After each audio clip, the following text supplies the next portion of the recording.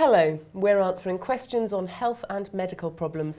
I'm joined by Dr. Rosemary Leonard. Hello. Hello. Got a question for you, Rosemary, from a woman with a very common problem. She says she's been getting migraines lately and she just simply wants to know what could be the cause. The first thing she needs to do is keep a diary of when they're happening, because in women it can be related to the menstrual cycle, and particularly you can get them in the run-up to having a period or just during or after a period. And if you're on the oral contraceptive pill, it can also be related to that, or it can be to do with the menopause, and occasionally it can be triggered by HRT, but that's less common now. Then she also needs to look at her general lifestyle. Does she tend to get a migraine when she's very tired, when she's overworking, when she's stressed? Also looking at other lifestyle factors like flashing lights can sometimes set off a migraine in some susceptible people.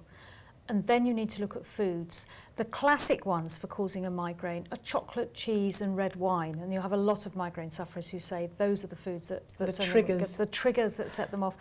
But it can be a variety of things. So it's a matter of keeping a diary and seeing what you've eaten. And sometimes it can be a very minor ingredient, like cinnamon does it.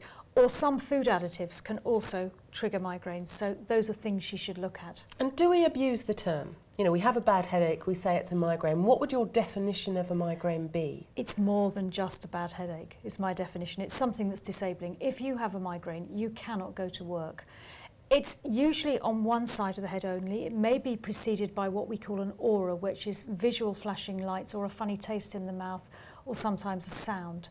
And then a really, really bad thumping headache, which, say, usually on one side of the head, maybe both, that can go on anything from a couple of hours to a couple of days. And during that time, the best thing you need to do is lie in a darkened room, and sitting at work is not an option. You just can't do it. Thank you, Rosemary. Well, if you have a similar problem, we hope we might have given you some help. But remember, it's always best to go and see your own doctor for medical advice. Thanks for watching. We'll be back with more health questions and answers.